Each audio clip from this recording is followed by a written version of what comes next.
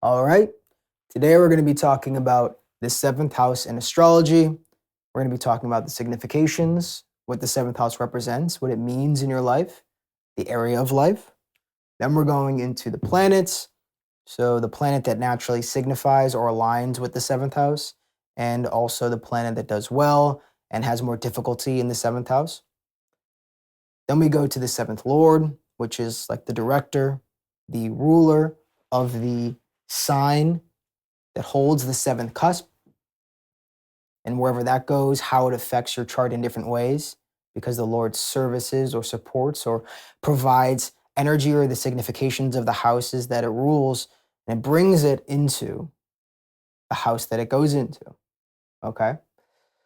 Finally, we'll go through all 12 signs, all of them, and see how they color, flavor, alter thematically and energetically the seventh house, the seventh cusp in your chart. So, all that said, let's start with the significations. So, when it comes to the meaning or the things that the seventh house represents in your life, most important is partnerships and relationships. Really, at the core of it, that's fundamentally what the seventh house represents, right? It is partnerships and relationships. It also represents your partners. But to be fair, the partners that you're attracted to or the partners that you attract into your life are more signified by the Lord, the seventh Lord, as an individual entity, because when it comes to the seventh house, it's like the arena, it's the area of life. So it's just describing overall your trade, your exchange, your social exchange, your relationships, your partnerships, your long distance journeys, because it's the opposite house from you. This is where you are, and this is the furthest place in the chart from you. So it's long distance journeys. Also, the opposite sex or the opposite gender representation. Because again, the first house is you, seventh house is that mirror, it is the opposite of you. So it represents your partners, the opposite sex, opposite gender, long distance journeys, the end of your life path. It can also be a sign of death, believe it or not. It can signify death because this is the beginning of your journey and you move along the physical path and end up in the seventh house where it's the end of the road if you go into a straight line. All right. So these are things that the seventh house represents. When it comes to a body part, it aligns with the lower intestines where you excrete, you let go of the shit in your body, right? So excretion, excrement, seventh house, letting go of the things that no longer serve you. And if you're fortunate, you can sell it for something that you do need. Obviously, it doesn't only represent that, but it's a symbolic representation of things in your life you don't need that you will exchange for things that you do need. I mean, its seventh house is aligned with the Libra, which is the sign of trade, right? And that's kind of the concept is I have something of value, but I don't need it. That person has something that I value and I need. Let me give them this valuable thing in exchange for the thing that I need. Okay? So trade, exchange, like I said, the lower intestines, it's where you are letting go of the things that no longer serve you, you don't no longer need, and preferably giving it to somebody else to get something that you do need in return. And finally, when it comes to the divisional chart, the divisional charts in Vedic astrology, if you practice it, involves the derivatives, or like I said, the divisional charts, meaning it is a chart within the seventh house. So you have the birth chart, the natal chart, the Rashi chart. I'm saying the same thing in 3 different ways. And then each house, if you want to get a more granular, detailed look, has its own individual chart. So you have an entire chart within that house. For the D7, or for the seventh house, it's the D7, the Samtamtra chart. And actually the same thing, I forgot to mention it in the 5th house video in astrology, because this is a series. You can go back and start at the first house. I'm going in order, making it very nice and neat for you as I explain these different concepts in different houses. But so everything I say about the D7 when it comes to the divisional chart can also apply to the 5th house, because 5th house is creations. And the Saptamtra also represents our creations. It represents our legacy, but it also represents our partnerships and creations that come from that partnership. So 7th house also represents sex and dating, believe it or not. Now, people say it's the spouse, not necessarily. The 9th house is more of the spouse because that's the commitment. That's you on your path. Marriage, lifelong commitment is greater than just a simple union of two opposites or unions of partners. There's a meaning, a spiritual meaning or a transcendent meaning, even if you want to say that's a legal meaning, if you don't believe in religion or God, fair enough. If or at least, you want to have kids, that's why you're getting married. There's a higher purpose, right? But the seventh house, it's that sex. It's dating, it's boyfriend, girlfriend kind of partnerships. And it can also be marriage, but marriage without, that higher purpose or that spiritual desire, or, for legal terms, it just might be for convenience or for culture, fair enough. But that seventh house is, like somebody you date, or some, boyfriend, girlfriend, or your fiance, somebody that you have not fully yet committed to as a lifelong thing that is transcendent. That would be the ninth house. But that's the seventh house, and the Saptamcha represents that. So if you want to have a more granular, detailed look at your relationships or your partner's relationships, or see how you align in partnerships, looking at the Saptamcha is very, very important. Looking at the seventh house is very important for relationships. Looking at the seventh lord is really important. This will probably more so describe the type of person you're attracted to. Again, seventh house will be more so the area, like the themes, the vibe, let's say, the setting, right? The setting of your relationships. But the Lord will signify more so the characteristics, the individual characteristics of the people in your life, your partners. Because it's not just romantic, it's also your trade partners and your close friends as well. So like friends that you think of that, you're like your best friend, or somebody not necessarily that you're in a sexual union with or a romantic union with, but a friend that you look at as like your mirror. Your partner in crime is the best way to think about it. Like Batman and Robin would be seventh house partnership. Pause. Unless not pause, but the age gap would be problematic.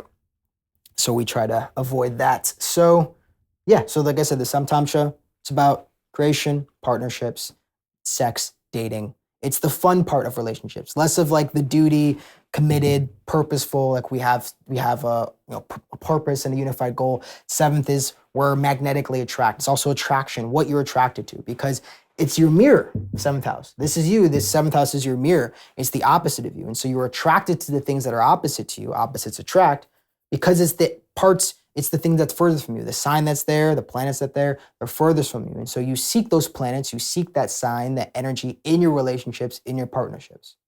Hopefully that makes sense. And if it doesn't, please ask a question down below, and I'm happy to answer any and all questions to elaborate and give further detail if I've not thoroughly explained it in this video. Planets. So the natural Karaka, the producer of the seventh house, is unsurprisingly Venus. Venus is the planet, the graha of relationships, of partnerships, of how we relate to other people and exchange and trade, obviously ruling Libra, right? Venus is also pleasure, seventh house. Pleasure is also related to the seventh house. So that's where their natural significations of Venus in the seventh house align, meaning Venus is comfortable in the seventh house, right?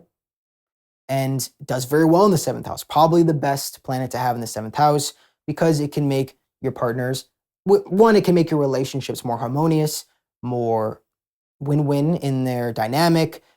You have a better, if Venus is good, if it's healthy in the sign and the seventh lord is healthy, you have a better ability to choose good partners or choose healthy relationships, right? An afflicted seventh house, seventh lord, and even just an afflicted Venus can make it difficult to pick the right person, can lead to being attracted to toxic partners or toxic relationships, because that is the opposite. You're trying to fulfill the balance in your life. The seventh house balances out the first house. It's always about balancing opposites. And so because seventh is opposite from you, this is where you go to balance out your energy, because you are more so the significations of the sign and the planets in the first house naturally, inherently. And you are developing through your partnerships, through your relationships, through your social interactions, close interactions with the seventh house signs and planets. So Venus represents that, also probably the best planet to have. Believe it or not, also the Saturn is actually pretty good there.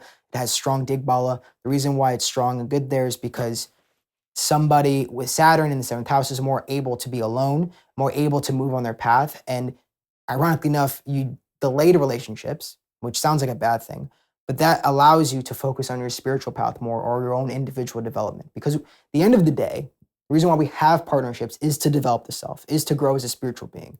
And we grow through these mirrors, through these partnerships. The West in modern romance has made us think that we need partners to complete us because without them that we would be nothing. But actually we need partners or people in our lives to act as mirrors to develop ourselves so we no longer need other people, so we can feel completely whole and full on our own without having another person there. And the other person or other people in our lives that we have close relationship with, signified by the seventh house, only lead to enrich our lives as opposed to making our lives or filling a need that we have. Okay? That's the purpose of relationships, is that spiritual evolution through that mirror, reflecting the things that we are missing in ourselves, that we need to develop in ourselves, triggering our triggers to make us aware of them, aware of the areas that need to be healed. These are what partnerships are for, fundamentally and on a more spiritual core basis. And all the fun and enjoyment and pleasure we get from relationships is signified by the seventh house. It is important because it keeps us in it, right? Without the pleasure, without the fun, without the enjoyment, the sex, the magnetic attraction, we wouldn't put up with our partners, because the partners in our life, or especially our romantic partners, are the ones who give us the most shit and who put us through the ringer and make us feel all of the insecurities that we were trying to run away from. Okay? All right, so planets, and then the most difficult planet is going to be Jupiter, believe it or not. Mercury is also not the best here. It has low Digbala, but Jupiter, because when it comes to Jupiter, wherever the Jupiter is, it gives you luck, it gives you fortune, it gives you wisdom. So on its face, I mean, yes, what doesn't make any sense. Why would you say, Amir, that Jupiter is bad in the seventh house if wherever house it goes, it gives abundance, it gives sometimes even excess and optimism and openness and luck and fortune? Well, because that means it's furthest away from you. So that means instead of, it's strongest Jupiter and most beneficial to you individually to have Jupiter in your first house, because that makes you abundant naturally without having to need anybody else. As an individual, on your own, you are a self-perpetuating system. You have your fortune, your luck, your wisdom, right? Your abundance right there. You don't need another person. But to get your Jupiter when it's in the seventh, that means you need to go to your seventh house to get that abundance, to get that purpose. And so it can lead to people, it's like the opposite of having Saturn there. Saturn in the seventh house, people naturally take their time in relationships and are willing to persevere once they commit, but it can take them time. They're not necessarily as quick to rush into relationships. Now, that's not always the case. You have to look at the seventh lord, because I have a very good friend who got married in like under a year and he has Saturn in the seventh house. So, I mean, you have to look at the chart holistically. It's not just a one-to-one. Anyone with Saturn in the seventh house is necessarily going to take their time in relationships, but they have an ability to be more alone and to not always have somebody connected to them, if the seventh lord is good and Saturn is also good in good dignity. All right. You have a weak Saturn, you have a starved Saturn, you have a bad seventh lord, weak Saturn lord, then actually, yes, you will be somebody who needs to be in relationships, who might be more codependent, who might be more vulnerable when they're alone and less able to walk their path without having somebody there. In Jupiter, you find your purpose in relationships. That can be difficult because that means you're relying on another person to give you your purpose, to give you your abundance, to give you your luck, your fortune, your wisdom. Understand? You want that as close to you as possible in the first house. But when it's furthest there, then the best parts of life, because Jupiter represents the best parts of life, our creativity, our abundance, that joy, that invigorating, life-inspiring energy, that lightning bolt of inspiration that pushes you forward towards something greater than yourself. And if you have to go into the arena of relationships every time to get that spark, to get that creativity, to get that fortune and luck, well, that means you're going to have to rely on other people to get that, and that can be difficult. And so that's the lesson, is to develop that in yourself by observing how you look forward in relationships and learn to develop it yourself within the context of relationships, because usually somebody with Jupiter in the seventh, or Jupiter conjunct the seventh cusp in the seventh sign, will have lots of opportunities for partnerships and for sex and for relating and for exchanging in social situations. So learn. Don't just rely on it. Don't get comfortable. It's very easy to get comfortable, complacent, overly optimistic, wherever Jupiter is in the chart, especially if it's in poor dignity. Then you're more likely to overindulge in whatever house significations Jupiter is in. The seventh lord, we always start with Aries, so we just plop that boy right there. So seventh lord, say you put the seventh lord in, let's say we put the seventh lord in the second house. So disregard the fact that it's Mars, just, focusing on the seventh lord. You have the seventh lord in the second house. That means that your partnerships, your relationships, your trade and social exchanges will serve, right? Wherever the seventh lord, the significations of that house, serves, supports, fuels the house that it's in.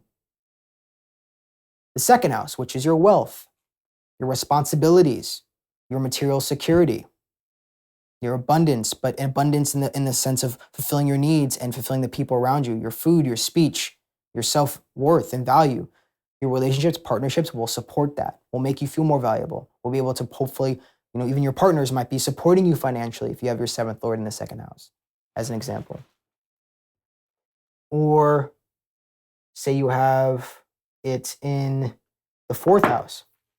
So, again, if seventh lord's in good dignity, that's really what matters most, is the dignity and the logitati of us, the influences from friends and enemies, the support or inimical, let's say, influence that it's getting. That also determines how modulates the energy. But you have seventh lord in the fourth, then your partnerships, relationships support getting a home, support your emotional regulation, supports your acquisition of vehicles and luxuries and comforts and internal contemplation, regulating your internal space as well. Your partnerships feel like home.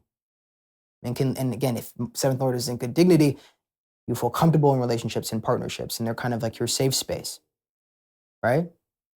Now, obviously, just go the exact opposite of everything I just said if the seventh lord is in bad dignity or starved. Let's say final partnerships, relationships, social exchange, trade, long distance journeys will support your ability to relax if it's with the 12th cusp or in the 12th house or 12th sign. Ability to relax, to take a vacation, to rejuvenate. Or, you enjoy bed pleasures, secret bed pleasures. These are things 12 houses. So you have a very good and maybe even mischievous sex life. Not mischievous in necessarily a negative way. It can be, again, based on the dignity, but one that is very intimate between you and your partner and that no one else is exposed to or privy to in any way. The intimacy parts, okay?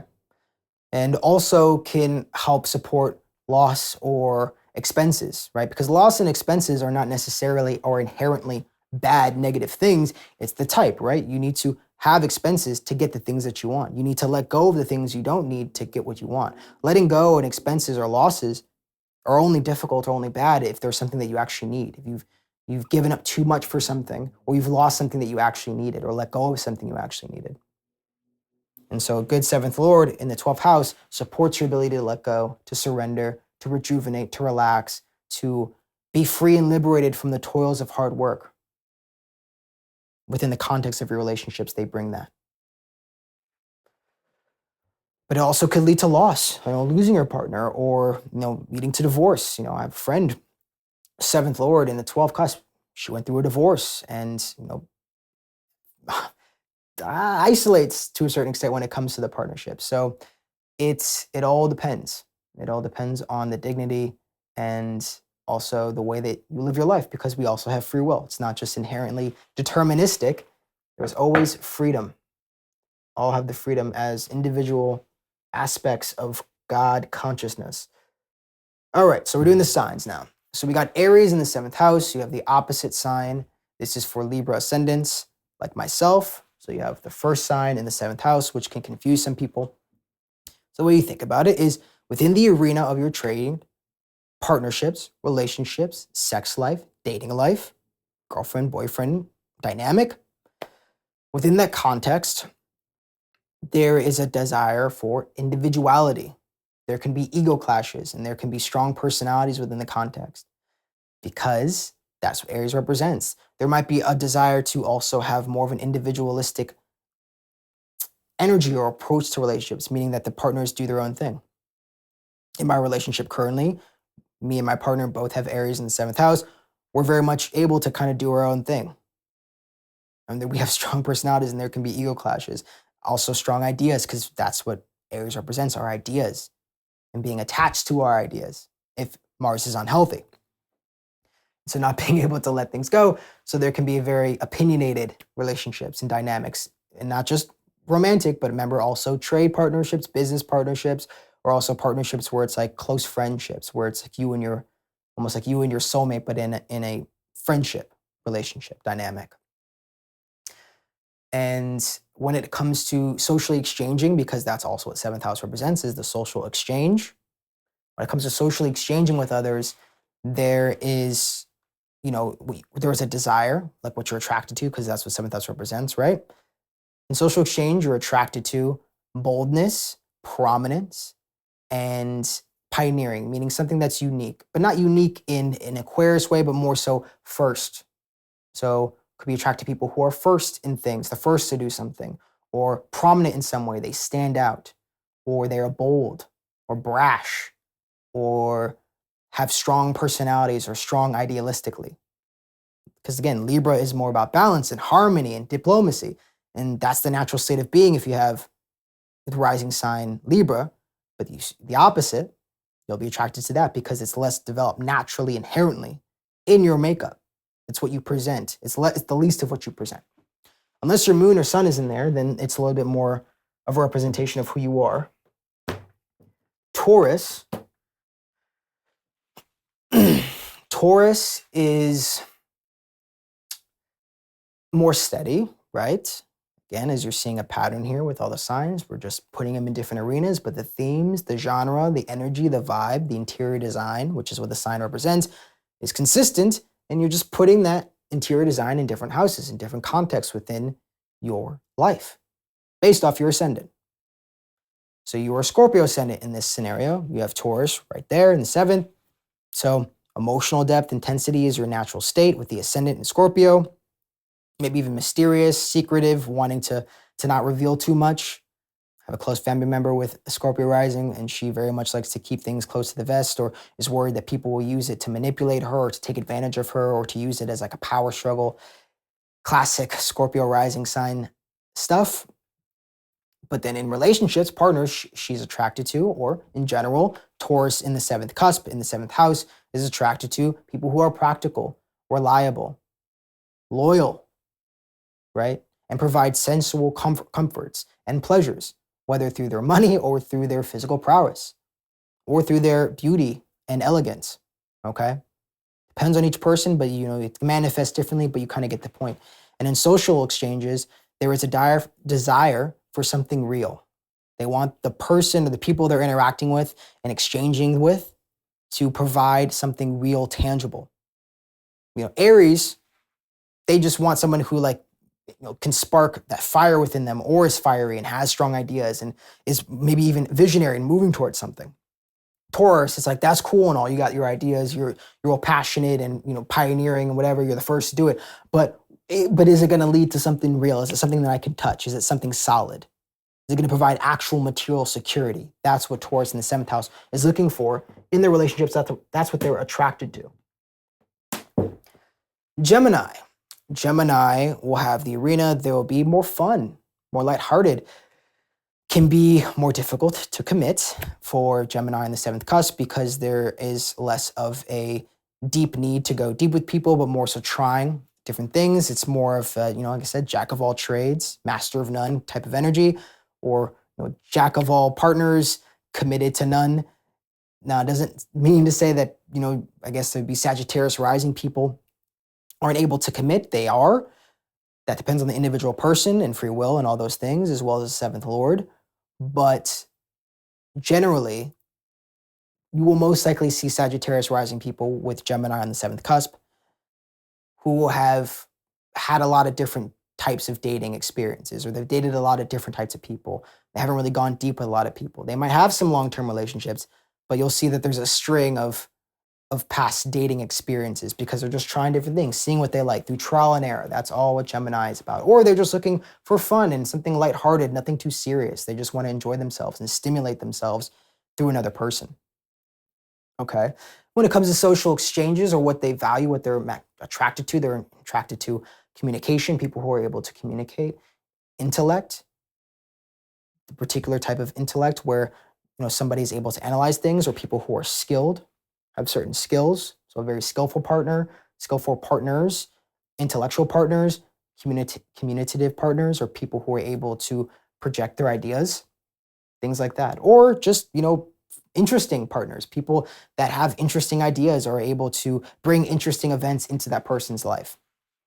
Even traveling too, you got air sign, have somebody who likes to travel with their partners, or who would like to if they have the means. In this economy, it's a little bit more difficult. Cancer. We have Cancer in the seventh house. Almost said fourth.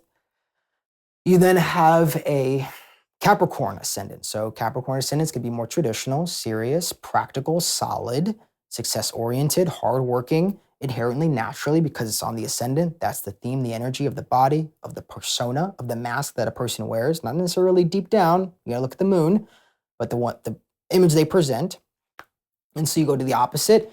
So in partnerships, they have a, let's say in the partnerships, the arenas, they will be more caring, more emotional depth, emotional connection. There can actually be a clingy nature, right? Externally, they can be solid and stoic and serious and hardworking and traditional and authoritative, but there can be a clinginess in the context of the relationships because they want that emotional bond. They're looking for that emotional fulfillment and connection through their relationships, through their partnerships. Again, you would think, oh, well, doesn't everybody have that? Well, sure. But somebody might say with Cancer, say in the third house, might find more of their emotional fulfillment through the skills and their hobbies and the efforts they put into the world, through the things they learn, or through the teammates they work with. But this is that intimate, one-on-one individual dating partner, sexual partner. Very, very solid. So they are more likely to commit. They are more committed, far more committed than somebody that, say, has Gemini on the seventh cusp or in the seventh house. Again, looking at the seventh lord, though, because everything I'm saying when it comes to having the seventh lord, having the seventh cusp, with a sign, you also got to look at where the seventh lord is as well. Okay? So everything I'm saying, oh, this is what happens when you have this sign on the seventh cusp, equal weight to wherever the seventh lord is as well. Okay? Now, social exchange, what they value, what they're attracted to magnetically in partners, because it's the opposite of themselves, will be caring, nurturing partners. Partners that are more able to be intuitive and less practical and less solidly oriented, but able to connect on an emotional level, be open and be caring, less cold, more warm and inviting, which is what Cancers represent. Instead of that cold, solid Capricorn, which is necessary in context, but obviously you want to get a little variety in your life. With Leo, we have somebody who is an Aquarius rising, so they're more unique and innovative and maybe a little bit idiosyncratic, more of kind of an oddball to the general to the general consensus. But inherently with the Aquarius rising, but with you have seventh house Leo, you have somebody who within the relationships is seeking loyalty, same thing, because it's fixed sign. They want honesty too. And they want nobility. And when I mean nobility is somebody, they want to make sure that words are honored. Somebody says something, they do it. They fulfill their promises. And also consistency, somebody who's confident and consistent. They want confidence. So when they're in the context of the relationships, they want confidence, they want consistency, they want loyalty, they want nobility, they want honesty. They also enjoy creativity and also extravagance, right? They could enjoy the fact that their partner is, or the partners that they attract into their life, the partnerships, even the dynamics are noticeable, are prominent. These are what Leo represents. So on an individual level, they're more their own individual within the context of society, which is Aquarius. But then when they step into their relationships, they're looking for more of something that's extravagant, maybe even, dramatic, things of that nature. They can have drama. One of my old best friends has seventh house, Leo, and a lot of drama in their relationships because that's where they get it from, right? Wherever Leo is, you're going to get a little bit of drama. You're going to get a little bit of extravagance or excess in that way. And when it comes to social exchanges, what are they magnetically attracted to? Leadership, authority, but authority in that like kingship energy, that male line masculine energy, even if it's a man, a woman who can take charge or a man who can take charge, be the leader of their pride and know who they are and be confident. It's important to people with Leo on the seventh cusp or the seventh lord in Leo. Virgo. Virgo. So this is a more practical sign. So within the context of relationships, detail-oriented, practical, organized. There's a lot of discernment there within the context of it. So making sure that the relationship is providing something in a practical way, but in a refined practical way, right? Improving. Taurus is practical, but it's more about consistency, stability, security. Virgo is about improvement. So is this relationship improving my life in a practical way? Am I getting something out of this relationship, this dynamic that's leading to a betterment, not just a solid, secure thing like Taurus, but is my life improving in certain areas? Or am I gaining something? Or am I refining something or bettering something in myself or in the world around me in a real, tangible way? And when it comes to social exchanges or things that are valued, because again, this is a Pisces rising. So Pisces rising is going to be more spiritual, natural. So they naturally attract people who are their opposite to balance their energies out. And so if you're more boundaryless, you are more fluid and intuitive and open and transcendent in your approach to life, naturally on the path, you have somebody that will ground you, give more boundaries and discernment and discrimination. I know it can be a touchy word, touchy subject in this political climate. Well, I guess less so now since the guy was elected, but he who shall not be named. But Virgo is all about discrimination, discernment, being able to separate the wheat from the chaff. Again, it represents upper digestive, larger intestines that separates the nutrients from the shit. It's Virgo. So in social exchanges, in relationship dynamics, within the context of relationships, being magnetically attracted to Virgo or Pisces ascendants will be attracted to people who are organized, partners who are able to plan things in a tangible way, right? If they're doing a business trade, they want somebody who can handle the logistics. They can naturally handle the bigger picture, but their partners can handle the nitty-gritty, the details, the hard work, the service. And remember, with seventh house, planets in the seventh house, this will again color the idea of what you'll be looking for in a partner.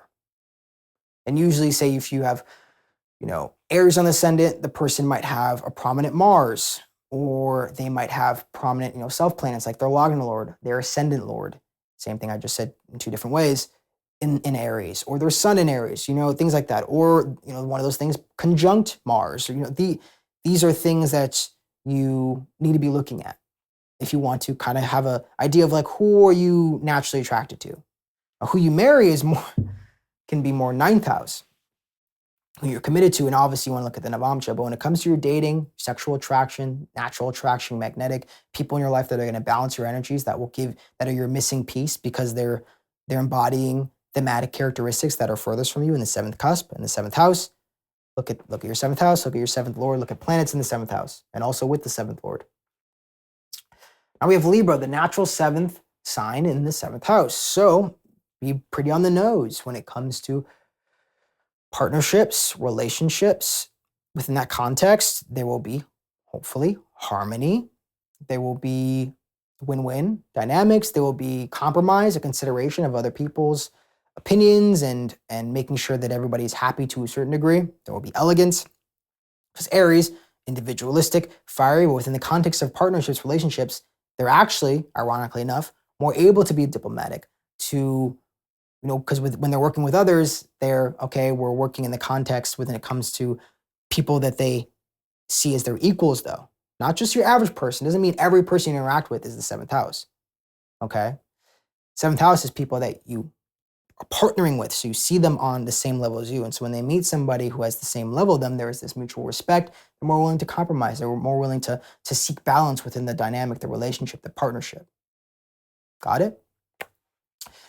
And when it comes to social exchange and things they're magnetically attracted to, when you have Libra on the 7th house or with the 7th cusp, you have somebody who appreciates aesthetics, somebody who's aesthetically pleasing, fashionable. Rihanna is an Aries rising. She's married to, I almost said Playboy Cardi. What is his name? Pretty Flacco, ASAP Rocky, Pretty Boy Flacco, who's all about fashion style. It's very handsome. That's an example. So Aries ascendant people, 7th cusp Libra, will be attracted to fashionable, aesthetically pleasing, graceful, elegant, and also artistically creative and sensorially pleasing partners. Also looking at the 7th Lord. I don't know where her 7th Lord is. Doesn't matter. Scorpio. So you have Taurus on the ascendant, you have Scorpio in the 7th house. Within the context of relationships and partnerships and trade and exchange, deep, intense, passionate. Again, because it's an insect sign like Cancer, there's going to be a clinginess. There's a better ability to commit. This all these things I'm saying can also be signified by looking at the 7th Lord. And yeah, like I said, there's attachment, clinginess. Got to be careful with codependence. There can be some trauma because Scorpio is a difficult sign, just like how Aries in the 1st house or in the 7th house can lead to conflict or a lot of bickering or ego battles, right? Virgo can have the downside of, being perfectionist or desiring perfection in one's relationships. And Gemini, non-committal, can have problems trying out too many different people, not being able to settle down because there's too many interesting people to exchange with, and they don't want to go too deep. And Taurus could be too stable, too secure, can lead to being overly practical, static. Cancer can be too emotionally involved and can have too many emotional conflicts or emotional battles or emotional attachments, the clinginess aspect I was saying, emotional codependence. Cancer, it's like it could be an even more intense version of what you see with Cancer with Scorpio in the 7th cusp. But there's that intensity. There's going to be a desire to keep certain things very intimate and secret. They aren't somebody who will most likely want to post their relationships or partnerships all over social media. They won't feel that natural need. Somebody with Leo will more likely want to be able to show off their relationships, show off their partners, talk about their partners, be very open with their partnerships and gush about their partners. Scorpio less so. Not saying that they won't share with people they trust, but they're not out here spreading all their business when it comes to their partnerships, their trade, their exchanges, and their relationships and sex life especially. Be more close to the vest. Same thing goes with the 7th Lord in Scorpio. And when it comes to social exchange and when it comes to social exchanging with the context of what they're attracted to, magnetically drawn to, they're drawn to intensity, power, emotional depth, mystery, and some taboo. A little bit of darkness, a little bit of darker energy. They'll be attracted to that in their partners and in their very close friends. Sagittarius. Gemini ascendant. So you got the Gemini ascendant is more playful and light and intellectual and interested and communicative and exchanging with different people. Sagittarius is more goal-oriented and wise and expansive, right? It's more of that wisdom intelligence or that creative intelligence. So within the context of relationships, there's a desire for adventure, understanding, wisdom, and purpose. So having a purpose is important. What is the point of this relationship? And it also, believe it or not, can lead to problems with commitment, because as a person's purpose changes or with the desire to be free and open, with is what Jupiter always wants to expand and to see different heights. If that partner is not willing to be on that same time, not willing to go on adventures, not willing to see different far off places, to learn different things, to discover different things, to be able to teach and share with other people, well, that can be a problem, because that's what, the Gemini person is looking for that in their relationships. That's where they want to find their adventure with their partners. That's where they want to get their wisdom. That's where they want to expand their horizons and find new possibilities. And so that means sometimes that expansion, that new possibilities, that adventure involves different partners. It's a human sign on the seventh cusp. It's going to be less stable, less solid. And when it comes to social exchange, or when it comes to being magnetically attracted to, wisdom, people with purpose, people with goals that are focused on something greater than themselves, right? And who have the endurance through their own belief in themselves. So a strong belief in oneself, or people who can counsel and teach and share their knowledge and wisdom with others. People that are Gemini rising with Sagittarius on the seventh cusp will be magnetically attracted to that. Now we have Capricorn, you have Cancer rising, so now we're kind of in the opposite end as we talked about before. Cancer rising, so naturally more nurturing, caring, supportive, warm, inviting, motherly energy, man or woman. Capricorn on the seventh, to balance out that energy, you will have somebody who more naturally, perhaps, will, within the context of the relationships, will have more traditional relationships, more practical relationships, but practical not in the refinement area or the purification or the development area, like with Virgo, or the security or the consistent stability, like in Taurus, but authority, power, success. So in the context of relationships, if you're trading with somebody, romantically partnering with somebody, there might be more of a desire to make sure that there is an increase in status through those partnerships or through that trade in a material way, an increase in authority or maybe power, not necessarily prominence, but just the ability to move and shake through those partnerships and relationships. And also something that's grounded and traditional, and something that can be seen as being related to something that came before. Okay? And when it comes to social exchanges and things that are magnetically attracted to these people with Cancer rising, because they need to, they would desire to be grounded with their opposite energy. They want somebody who's more traditional, who's hardworking, who's able to get things done and to fix problems. Fix problems for sure. Aries, similar thing, right? Aries can fight the battles, attract people who can fight battles and fix their own problems. Cancer rising, Capricorn on the seventh cusp, somebody who can get things done. Leo on the seventh cusp, when they say something, they actually do it. They follow through, right?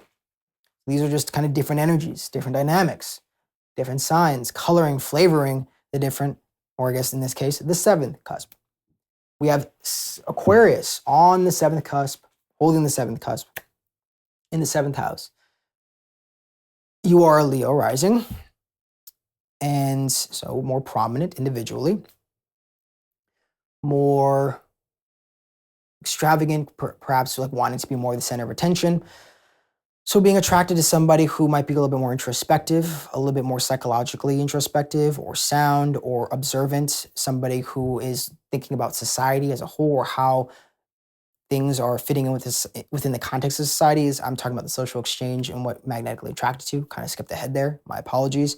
So we move it back within the context of relationships, where when you step into those partnerships, those relationships, you will be seeing more of a humanitarian, a more societal, more progressive or innovative approach, something that's a little bit less the beaten path or your own territory, which is what Leo represents, is the area that you know of, your kingdom, but stepping out into something a little bit more progressive, maybe something more, like I said, innovative or unique or idiosyncratic or odd or out there, individualistic. Stepping into your own personal individuality, learning about your psychology within the context of relationships. And then, like I said, in social exchange, which you're magnetically attracted to with Leo ascendant, Aquarius on the seventh cusp, is somebody who is like psychologically sound, also resilient, able to handle pressure, especially mentally. Capricorn on the seventh house, attracted to somebody who is able to be resilient and solid in the face of like physical discomforts or external challenges. But Aquarius is more about that internal battle, that psychological integration and working through the blocks and helping you, somebody who can help you work through those internal blocks. Okay? And then finally, we have Pisces in the seventh house. You have Virgo ascendant. I know a couple people, a couple clients and friends with Virgo on the ascendant When you have Virgo on the ascendant, you have somebody who is more particular, more detailed, can be a little bit more like my way, not my way or the highway, that's a little aggressive. It's more of an Aries, or maybe even a Leo ascendant. But with Virgo, it's very particular, be detail oriented about their path and the progress they're making. When it comes to the relationships, they're going to be more open. There's going to be more of tapping into intuition, something that might feel more transcendent, or dissolving the boundaries, dissolving the rigidity, the over materialistic or practicality of the Virgo approach in the ascendant. And when it comes to things that Virgo ascendant, Pisces in the seventh cusp in the seventh house is attracted to, people who are more open, who might be spiritual, might be liberated, less worried about the day-to-day toils, the routine, less meticulous. Because in their minds, they're thinking, how can this person just flow through life without and connecting with people and having no discernment, not discriminating properly, just being able to go with the flow or get their hands dirty, not worrying about getting dirty or looking silly or in certain situations, but being able to willing to make mistakes or to do things that might not necessarily be seen as refined or perfect or organized or planned. That will be what Virgo ascendants will be magnetically attracted to. People who are more hard and difficult to figure out, but in an open way, less of a mysterious, taboo, darker way like Scorpio, Taurus rising people. And that was the seventh house. I appreciate your time. Thank you for getting all the way to the end. I respect the resolve, especially in this current day and age of technology. If you have any questions, I'm more than happy to answer any of them down below, or your opinions, whether they be good or bad, fair enough. I'll do my best to reply with equal resolve. And in the next video, we're going to be doing the eighth house. Okay? Cheers.